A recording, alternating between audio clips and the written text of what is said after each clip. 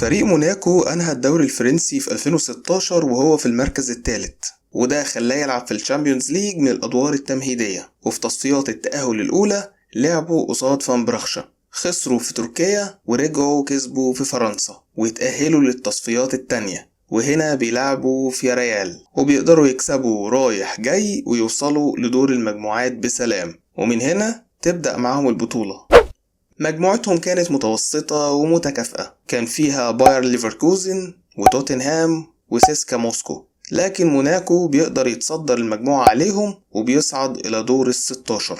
وهنا بيقابل مانشستر سيتي وفي أول موسم لجوارديولا، وساعتها كانوا لسه بيبنوا الفريق وما كانوش بالقوة المعروفة دلوقتي، لكن برضو أكيد في فرق إمكانيات.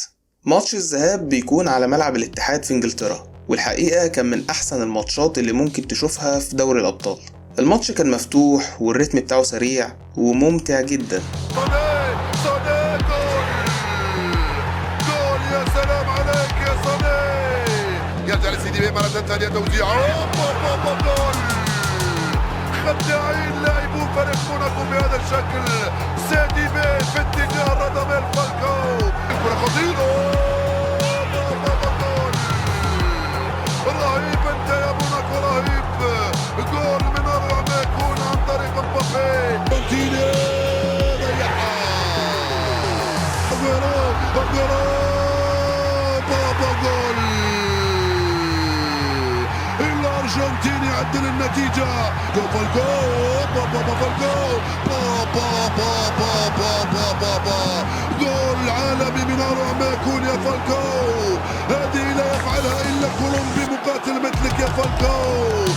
بعيدة في القائمة الثانية بالراس بابا جول. الارجنتيني اغويرو يفعلها ويسجل ثنائية. يقول للكولومبي تسجل ثنائية انت، انا نسجل ثنائية كذلك. تسجل هدف ثالث اعدل بعد ولا جول.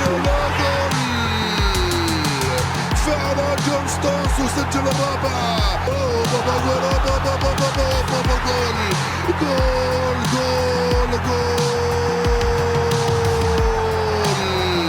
بيخلص الماتش ب5 لمصلحة السيتي مقابل 3 لموناكو، اللي رغم الخسارة كان ند قوي جدا وكانوا كسبانين لفترة من الوقت وما خسروش غير في آخر ربع ساعة بس. العودة في فرنسا كانت بمثابة جحيم على لعيبة جوارديولا. موناكو بيكسب 3-1 وبيصعد لربع النهائي بسبب الأهداف اللي خارج الأرض، وصعود موناكو ده كان عن جدارة واستحقاق بعد ما كان المتوقع ان مانشستر سيتي هو اللي يكسب ويتأهل. والتصدي ولا زالت جول. نعم يتقدم موناكو. ربما المدرب خطيرة. جول. فابينيو ياتي بالثاني. فابينيو يسجل هدف موناكو الثاني.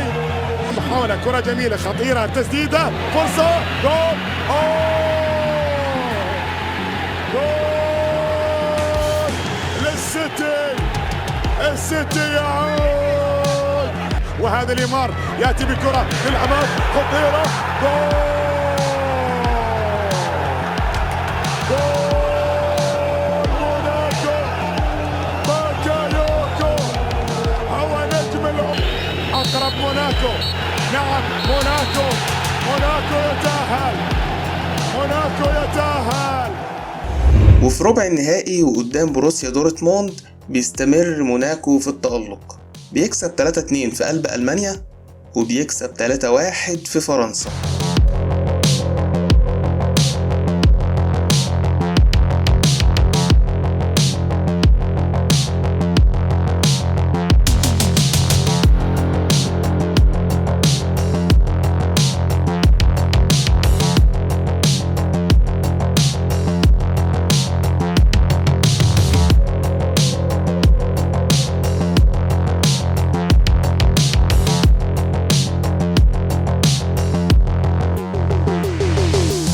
وبيوصل نص النهائي وهو حاطط رجل على رجل في بطولة أسطورية من الفريق الفرنسي، لكن لحد كده وموناكو بيكتفي بالمربع الذهبي. بيقابل يوفنتوس وبيخسر في الذهاب والعودة، وبالنسبة لهم كان كفاية قوي كده الإنجاز اللي عملوه.